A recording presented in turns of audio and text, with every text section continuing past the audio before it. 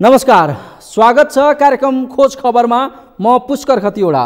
समाजमा भएका हरेक घटनामा हाम्रो नजर, जनताको सूचना पाउने अधिकारको सम्मान हाम्रो अभियान। त्यसैले समुन्नत र समृद्धशाली समाजको यात्रा खोज खबरको अन्तिम अभिष्ट अनि गन्तव्य हो। सार्वजनिक जग्गा हडपेर कब्जा जमाउनेहरू केही समयपछि त्यो जग्गा आफ्नो भन्दै दावा गर्छन्। कतिपय त सार्वजनिक जमिनलाई कब्जामा लिएर त्यसको किर्ते कागज बनाई आफ्नो भनेर दावा गर्न समेत पछि पर्दैनन्। यसैको पछिल्लो उदाहरण हो बाराको कोल्हवी नगरपालिका वडा नम्बर 1 स्थित कित्ता नम्बर 109। कित्ता नम्बर 109 मा 5 बिघा 4 कट्ठा सार्वजनिक जमिन छ, तर त्यसलाई हडप्ने भूमाफियाहरू भने त्यो जमिन आफ्नो भनेर दावा गर्दै आएका छन्। कतिले त त्यस जमिनमा पक्की कच्ची संरचना समेत बनाएका छन्। आखिर के छ त कित्ता नम्बर 109 सार्वजनिक जमिनको वास्तविकता? हेरौँ यो रिपोर्ट। बारामा 2 अर्बको सार्वजनिक जमिन भूमाफियाको कब्जामा। कोल्हवी नगरपालिकामा 5 बिघा 4 कट्ठा जमिन हडपियो। 10 वर्ष बित्दा समेत सार्वजनिक जमिन सार्वजनिक भएन।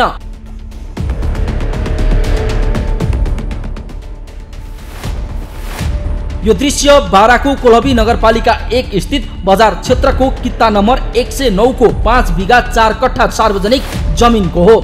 सार्वजनिक जमिन भएर पनि यो भूमाफियाले हडपेको भन्दै आवाज उठेको छ, त्यो पनि करिब 10 वर्षदेखि। तर विडम्बना, अझै पनि सो जमिन सार्वजनिक हुन सकेको छैन। एक त बजार क्षेत्रको मध्यभाग, त्यसमाथि वर्षौंदेखि हाट बजार लाग्दै आइरहेको ठाउँ भएकाले पनि त्यस जमिनमा विभिन्न व्यापार व्यवसाय सञ्चालन गर्न व्यापारीहरूले पक्की संरचना नै तयार पारेका छन्। त्यति मात्रै कहाँ हो र, त्यही सार्वजनिक जमिनमा हाट बजार सहित कोल्हवी नगरपालिका, कोल्हवी उद्योग वाणिज्य सङ्घ, इलाका प्रहरी कार्यालय, सशस्त्र प्रहरी सुरक्षा बेस, थारू कल्याणकारिणी, ओम शान्ति लगायत विभिन्न सरकारी कार्यालय, सार्वजनिक सङ्घ संस्थाको पक्की भवन र व्यापारीका दर्जनौं पक्की घर समेत छन्। कोल्हवी बजार रहेको अहिले हाम्रो जुन नगरपालिकादेखि सरकारी कार्यालयहरू बजार रहेको जुन सरकारी जग्गा छ, यो लामो समयदेखि यो जग्गा विवादित जग्गा थियो र केही व्यक्तिहरूले चाहिँ हाम्रो हो भोगचलनको जग्गा भनेर यसलाई चाहिँ किर्ते सिफारिस चाहिँ व्यक्तिको नाममा लगेका थिए र यहाँ चाहिँ गाविस छँदैखेरि यहाँको स्थानीय गाविसका सचिव, राजनीतिक दलहरू सबै मिलेर चाहिँ यो जग्गा चाहिँ सरकारी हुनुपर्छ भनेर मुद्दा दायर भएको थियो। मुद्दा दायर भइसकेपछि अहिले कित्ता नम्बर कति जग्गा थियो? 109 नम्बर कित्ता 5 बिघा 4 कट्ठा यो जग्गा थियो। केही अघि भूमाफिया नामले परिचित हरिवंश प्रसाई र अमेरिका चौधरीले गाविसको लेटर प्याड, गाविस सचिवको हस्ताक्षर र कागजात समेत किर्ते बनाई सार्वजनिक जग्गा दर्ता गराएको अनुसन्धानबाट खुलेसँगै जिल्ला अदालत बाराले उनीहरूलाई अदालतमा उपस्थित हुन आदेश गरेको थियो, तर उनीहरू फरार सूचीमा थिए। तर अमेरिका चौधरीलाई 2076 कार्तिक 28 गते इलाका प्रहरी कार्यालय कोल्हवीले पक्राउ गरी अदालतमा बुझायो र 1.5 महिनापछि थुनामा बसेकै बखतमा उनी धरौटीमा छुटे। स्थानीय केशेश्वर चौधरीको मृत्युपछि पत्नी सुखली थरुनी र छोरा अमेरिका चौधरीको मिलेमतोमा सो अवैध कार्य भएको जनाउँदै यसका मुख्य योजनाकार मध्येका एक खेत प्रसाद प्रसाई रहेको स्थानीय बताउँछन्। सुखली थरुनीको भने 3 वर्ष अघि निधन भइसकेको छ। अहिले मालपोत कार्यालयले जसले चाहिँ मेरो जग्गा हो भनेर चाहिँ लाल पूर्जा लिएर आएका थिए, उनीहरूलाई चाहिँ तपाईहरुसँग भएका यथेष्ट प्रमाणहरू पेश गर्नुहोस् भनेर चाहिँ उहाँहरूलाई पत्र जारी गरिसकेको छ। अहिलेसम्म मैले बुझ्दाखेरि चाहिँ उनीहरूले प्रमाणहरू पेश गर्न सकेका छैनन् र प्रमाणहरू भए पनि ती किर्ती प्रमाण त्यो सबैलाई थाहा छ। किन भन्दाखेरि त्यसमा चाहिँ सरकारी कागजात दुरुपयोग गरेको, किर्ते गरेको अभियोगमा चाहिँ मुद्दा पनि भोगेर उनीहरू आइसकेका छन्, आफ्नो चाहिँ म्याद काटेर गुजारेर आइसकेका छन् र त्यसमा जरिमाना पनि किर्ते गरेकोमा चाहिँ जसले चाहिँ यो जग्गा मेरो हो भनेर चाहिँ किर्ते गरेको थियो उसलाई चाहिँ नेपाल सरकारले चाहिँ अदालतबाट उसलाई जरिमाना समेत भएर अनि ऊ जेल सजाय पनि भोगेर आइसकेको हुनाले यसरी अतिक्रमणमा परेको सार्वजनिक जमिन अहिले प्रतिदूर 10-15 लाखसम्म पर्दछ। यस हिसाबले 5 बिघा 4 कट्ठाको सामान्य मूल्य मात्रै 2 अर्ब 8 करोड भन्दा बढी हुन आउँछ, जसलाई हत्याउन विभिन्न प्रपञ्चमा भूमाफियाको गिरोह निरन्तर सक्रिय छ। रोचक त के छ भने सार्वजनिक जग्गामा घर बनाएर बसेका व्यापार व्यवसाय गर्नेहरू पनि हातमा चाँडोभन्दा चाँडो धनी पूर्जा आओस् भन्ने चाहन्छन्। कतिसम्म भने व्यापार व्यवसाय गर्ने उपयुक्त स्थान भएकाले उनीहरू आफू बसिरहेको जमिन किन्न आतुर देखिन्छन्। अहिले अलानीमा बसेछु, लम्री भइदिए पनि हामीहरू ब्याङ्कमा यो राखेर व्यापारमा पैसा लगाउँथ्यो, 2 पैसा कमाउँथ्यो, त्यति हो। ब्याङ्क नै हेरौँ हाइवेमा छ, कति रुपियाँ मूल्याङ्कनै छैन। यसरी सार्वजनिक जमिन व्यक्तिको नाममा पूर्जा झिक्ने 3 जना भूमाफियालाई 2067 फागुन 9 गते प्रहरीले नियन्त्रणमा लिई अनुसन्धान सुरु गरेको थियो। बारा कोलहबीको हाट बजार क्षेत्रको सार्वजनिक एवं ऐलानी जमिनको पूर्जा बनाई बिक्री तथा भोग चलन गर्ने योजना बनाएका बारा कोलहबीका हरिवंश प्रसाई, पारसनाथ चौधरी र अमेरिका चौधरीलाई पक्राउ गरी 1 महिना जिल्ला प्रहरी कार्यालय बाराको थुनामा राखिएको पनि थियो। तर त्यसबेला उनीहरू जनै 20 लाख धरौटीमा छुटे। यसरी सार्वजनिक जमिनमा रहेको पक्की कच्ची घर टहरा समेतलाई स्थानीय हरिवंश प्रसाई र पारसनाथ चौधरीले किर्ते कागजात बनाई आफ्नो नाममा दर्ता गराएपछि कोलहबीका अधिकांश सार्वजनिक जमिन सार्वजनिक रूपमा कायम गर्न निरन्तर एकजुट हुँदै आएका छन्। त्यसबेला सो जमिनको विषयमा उजुरीपछि अनुसन्धान गरी 2067 फागुन 3 गते मालपोत ऐन 2034 को दफा 24, 1 र 2 अनुसार उल्लेखित व्यक्तिहरूको नामको श्रेष्ठता बदर गरी नेपाल सरकारको नाममा श्रेष्ठता कायम गरी सार्वजनिक जग्गा सार्वजनिक रूपमै मालपोत कार्यालय बाराले फर्काएको थियो। त्यसबेला गठित समितिले सार्वजनिक जग्गा खारेजी र भूमाफियाहरूलाई कारबाहीका लागि सम्बन्धित निकायमा निवेदन दर्ता गराएपछि जिल्ला प्रहरी कार्यालय बाराको आदेश अनुसार इलाका प्रहरी कार्यालय कोलहबी बाराले अभियुक्त प्रसाई र चौधरी द्वयलाई कोलहबीबाट त्यसबेला नियन्त्रणमा लिएको थियो।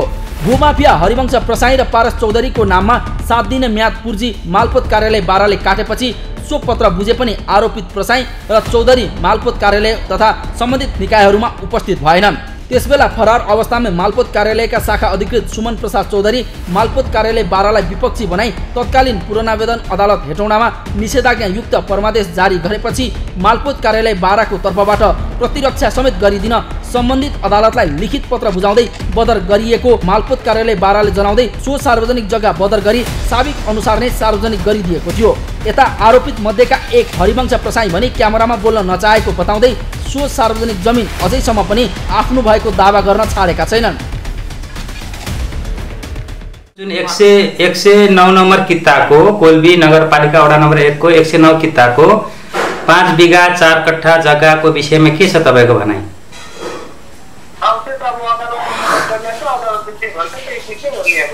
हैन, तपाईहरुको व्यक्तिगत धारणा हुन्छ नि त, तपाईहरुको नाम त्यहाँ आएको छ हैन, 10 वर्षदेखि चल्यो त्यो मुद्दा। अनि तपाईलाई मैले भेटेर कुरा गर्न थाल्दा पनि तपाई सम्पर्कमा नआउने हैन, त्यही भएर तपाईको कुरा चाहिँ के हो? त्यो जग्गा तपाईहरुको हो?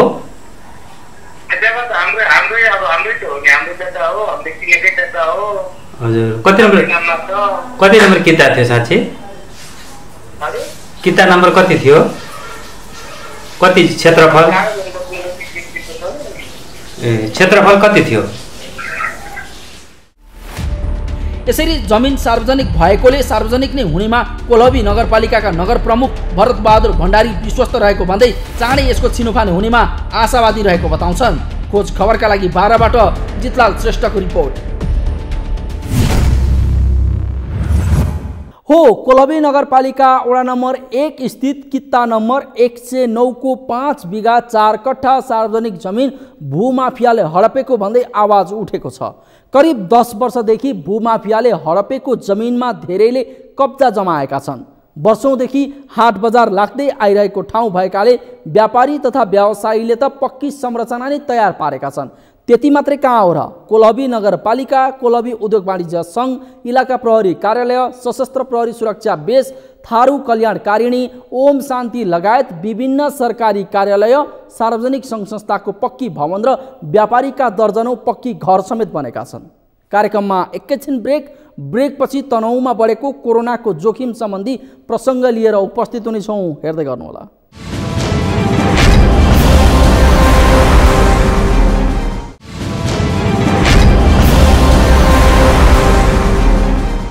ब्रेकपछि स्वागत छ। कार्यक्रम हो खोज खबर। कोरोना संक्रमण दर घट्दै गएपछि र जोखिम कम भएपछि काठमाडौँ उपत्यका सहित देशका सबै जिल्लामा निषेधाज्ञा खुकुलो पारिएको छ। अहिले सबै जिल्लामा होटेल व्यवसाय यातायात सहित धेरै क्षेत्र सञ्चालनमा आएका छन्। तर तनहुँमा भने निषेधाज्ञा खुकुलो भएसँगै नागरिकबाटै प्रशासनद्वारा जारी स्वास्थ्य मापदण्डको अवज्ञा भएपछि पुनः संक्रमणको जोखिम बढेको छ। जनता लापरवाह भन्दा कम भएको संक्रमण जोखिम तनहुँमा फेरि बढेसँगै यसले चिन्ता थपेको छ। के छ त तनहुँमा खुकुलो पारिएको निषेधाज्ञाको अवस्था, हेरौँ यो रिपोर्ट। तनहुँमा बढ्दैछ कोरोना भाइरसको जोखिम।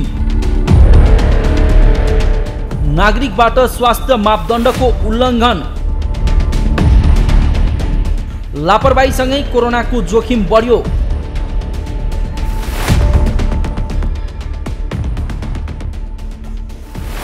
कोरोना भाइरसको संक्रमण दर र जोखिम कम भएको भन्दै तनहुँमा निषेधाज्ञा खुकुलो बनाउँदै लगियो। कोरोना संक्रमण दर घट्दै गएको र व्यवसायीहरूले पनि निषेधाज्ञा हटाउन आग्रह गर्न थालेपछि स्थानीय प्रशासनले स्वास्थ्य सुरक्षाको मापदण्ड पालना गर्ने गरी निषेधाज्ञालाई खुकुलो बनाउँदै लगेको हो। तर अहिले तनहुँमा फेरि कोरोना भाइरस संक्रमणको जोखिम बढेको छ। पछिल्लो समय कोरोना संक्रमण दर घट्दै गएपछि स्थानीय प्रशासनले गत वैशाख 23 गतेदेखि जारी गरेको निषेधाज्ञा खुकुलो बनाउँदै लगेको हो। प्रशासनले निषेधाज्ञा खुकुलो बनाएसँगै जिल्लाका सहर बजार क्षेत्रमा व्यापार व्यवसाय, होटेल, रेस्टुरेन्ट, पार्टी प्यालेसका साथै शिक्षण संस्थाहरू पनि खोलिएका छन्। लामो समयको निषेधाज्ञाले गर्दा व्यवसाय, शिक्षण सिकाइ लगायतका क्षेत्रमा नकारात्मक असर पर्दै गएको र कोरोना संक्रमण दर पनि कम हुँदै गएकाले स्वास्थ्य सुरक्षाका मापदण्ड कडाइका साथ पालना गर्ने गरी निषेधाज्ञा खुकुलो बनाइएको जिल्ला प्रशासन कार्यालयले जनाएको छ। तर निषेधाज्ञा खुकुलो बन्दा यसको अवज्ञा हुने क्रम बढेको छ, जसका कारण तनहुँमा संक्रमणको जोखिम बढेको छ।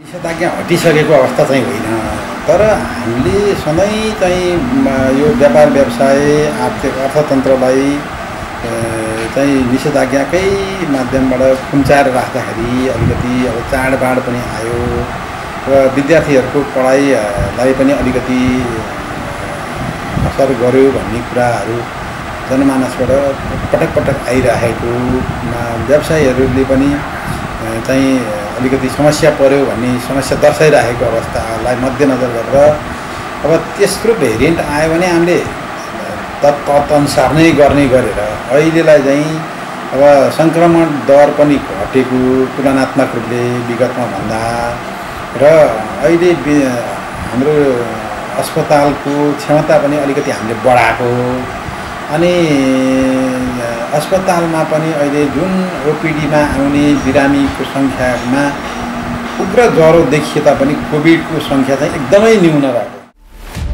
यसरी तनहुँमा निषेधाज्ञा खुकुलो बनेसँगै व्यापार व्यवसाय, शैक्षिक संस्था तथा सर्वसाधारणको दैनिकी बिस्तारै लयमा फर्किन त थालेको छ। तर स्थानीय प्रशासनले जारी गरेको स्मार्ट लकडाउनको अवधारणा अनुसार अगाडि बढ्नुपर्नेमा त्यसो नभई नागरिक स्तरबाट लापरवाही बढ्दा यसको जोखिम अहिले बढेको छ। निषेधाज्ञा खुकुलो बन्दै गएपछि नागरिकले स्वास्थ्य मापदण्डको पालना नगरी यसको अवज्ञा गर्दा व्यापार व्यवसाय सञ्चालन गर्न पनि त्रास बढेको व्यवसायीहरूले बताएका छन्। अब यो सुरक्षा सावधानी अपनाउने केसमा चाहिँ अलिकति सबै साथीभाइले कमजोरी देखेको छु मैले। अब नामको अपनाउने, कामको चाहिँ नअपनाउने भइरहेको छ। अब अलिकति सजगताका साथ गर्न पनि धेरै कुराहरू छन्। बजारमा पनि म्याक्सिमम मान्छेहरूको मास्क बिना मास्क हुनेको अवस्था छ अहिले। हामी लापरवाहीको चरम सीमामै पुगेको छ जस्तो लाग्छ। हामी मुखले भन्छौँ, व्यवहारमा चाहिँ लागु केही पनि गर्दैन। त्यसो भए यसले के अप्ठ्यारो परिस्थिति सिर्जना गर्ने कि जस्तो डर चाहिँ मलाई लागिरहेको छ। त्रासको बाटो हुन्छ, एकदम त्रासको बाटो छ। भनेपछि हामीले सचेत बन्न सक्यो भने सुरक्षित रह्यो। हामी म एक्लै, तपाईँ एक्लै सचेत भएर नि केही नि भएन। मान्छेहरूले पुरै बुझ्दैन कि के हो र इजी टेकको रूपमा लिइराखेको छ। यो आज जो आयो भोलि सन्चो हुन्छ, यो सन्चो हुने खालको हामी भइरहेको छ। म्याक्सिमम मान्छेहरूलाई कोभिडको जुन इन्जेक्सन लगाए उहाँहरू अझै फ्री लिनु भएको छ। व्यवसायमा एकदमै असर परिरहेको छ, आएका छैनन्। अब चाडबाडको बेला छ, भिडभाड पनि हुन नपाउने र बिचमा दोकानहरू कहिले खुल्ने कहिले नखुल्ने, समय अनुकूल पनि भएन। अहिले त खुल्न त खुलेछ, तर अब गाह्रो छ। भाडा तिर्न पनि हम्मे हुने खालको व्यवसाय छ अहिले। पहिला जसरी चाडबाडमा धेरै सामान लिएर आएर बेच्ने आउने यस्तो गर्ने भन्ने उत्साह छैन। व्यवसायीले मात्र होइन, कोरोना कहरका बेला ठप्प पारिएको क्षेत्र केही खुकुलो भएर नागरिकको दैनिकी लयमा फर्केको बेला प्रशासनद्वारा जारी स्वास्थ्य मापदण्डको अवज्ञा गर्दा पुनः कोरोना संक्रमण बढेको सवारी क्षेत्रका कर्मचारी पनि बताउँछन्।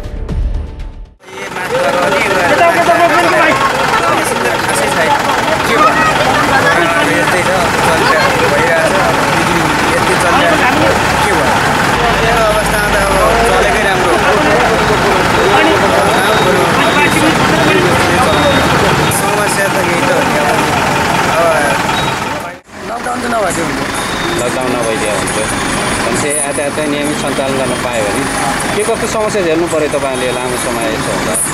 समस्या भयो नि, म त गाउँतिर गएको थिएँ गाडी छोडेर, त्यस्तो अप्ठ्यारो केही पनि भएन, गाउँमा गयो खेतीपाती गरेँ। अहिले तनहुका 10वटै पालिकाले स्वास्थ्य सुरक्षा मापदण्ड र कोभिड-19 को संक्रमण जोखिम नियन्त्रणका लागि स्मार्ट लकडाउन सम्बन्धी कार्यविधि 2078 मा उल्लेखित सूचक अनुसार पर्यटकीय क्षेत्र बाहेक अन्य क्षेत्रलाई खुला गर्दै लगेका छन्। धेरै विद्यार्थी संख्या भएकाले विद्यालयहरू जोरबिजोर प्रणालीबाट विद्यार्थीहरू सहभागी गराई भौतिक रूपमा पठन पाठन सञ्चालन गरिएको छ।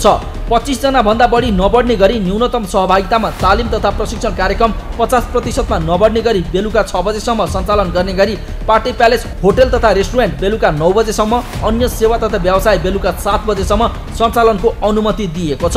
जिल्लामा सबै क्षेत्र खुला भएका र स्वास्थ्य विज्ञहरूले कोरोनाको तेस्रो लहरको जोखिम बढेको भन्दै सचेत गराइरहे पनि भिडभाडजन्य गतिविधि बढ्दै गएको छ। निषेधाज्ञा खुकुलो बने पनि कोरोना संक्रमण जोखिम कायमै रहेको र ठुला चाडपर्वहरू नजिकिएका हुँदा स्वास्थ्य सुरक्षामा ध्यान दिई स्वास्थ्य कर्मीहरूले आग्रह गरेका छन्। भ्याक्सिन लगाएको जुन लगाउने व्यक्तिहरू हुनुहुन्छ त्यो पनि एकदम बढेर गएको छ। हामीले धेरैजना व्यक्तिले भ्याक्सिन लगाइसक्नु भएको छ र अहिले हाम्रो सङ्क्रमणको दर घटेको छ। जुन हामीले एकै दिनमा धेरैजना पोजिटिभ आउनुहुन्थ्यो भने अहिले हामीले अस्ति पनि हामीले जुन लगभग 20 जनाको टेस्ट गर्दा 3 जनाको पोजिटिभ आएको थियो र जुन अब चाडपर्व पनि नजिकै गएको र फेरि बजार लामो समयसम्म बन्द गर्दा जुन दैनिक उपभोग्य सामानहरू किन्नलाई पनि पब्लिकलाई अलिकति समस्या पर्ने र अलिकति हाम्रो यो सङ्क्रमणको दर घटेर गएको कारणले र जुन हामीले दैनिक रूपमा धेरै स्याम्पल गर्नुपर्थ्यो अहिले चाहिँ 2-3 दिन बिराएर मात्रै हामीले स्याम्पल कलेक्ट गर्नुपर्ने अवस्था आएको छ। यस्तोमा तेस्रो लहरको कोरोना संक्रमण फैलिएमा तत्काल रोकथाम तथा न्यूनीकरणका लागि आवश्यक तयारी अवस्थामा रहन स्वास्थ्य संस्था तथा स्थानीय पालिकाहरूलाई जिल्ला कोभिड व्यवस्थापन समिति तनहुले अनुरोध गरेको छ। खोज खबरका लागि तनहुबाट नारायण खड्काको रिपोर्ट। हो, निषेधाज्ञा खुकुलो भएसँगै तनहुमा कोरोना भाइरस संक्रमणको जोखिम पुनः बढेको छ। निषेधाज्ञा खुकुलो पारिएसँगै जिल्ला प्रशासन कार्यालय तनहुद्वारा जारी स्वास्थ्य मापदण्डको नागरिक स्तरमा उल्लङ्घन बढेसँगै अहिले कोरोनाको जोखिम बढेको हो। जनता लापरवाही बन्ने र प्रशासनले जारी गरेको स्वास्थ्य सुरक्षा मापदण्डको पालना नगर्दा सबै क्षेत्र खुलेसँगै तनहुमा कोरोनाको जोखिम बढेको छ। तसर्थ यस विषयमा तनहुका सरकारवाला निकायले समयमै चासो दिई थप संक्रमण फैलिन नदिन आवश्यक कदम चाल्न आवश्यक छ। यति मात्र होइन, नागरिक पनि जिम्मेवार बन्नु पर्दछ। कार्यक्रम खोज खबर आजलाई यति नै। कार्यक्रम खोज खबरका विषयमा कुनै प्रतिक्रिया छन् भने हामीलाई खोजखबर@sagarmatha.tv मा इमेल गर्न सक्नुहुन्छ अथवा फोन नम्बर 0157 60 74 मा फोन पनि गर्न सक्नुहुन्छ। लुकेका र लुकाएका खबर निरन्तर जारी छ। नेपालको पहिलो न्युज च्यानल सगरमाथा टेलिभिजन हेर्दै गर्नुहोला। नमस्कार।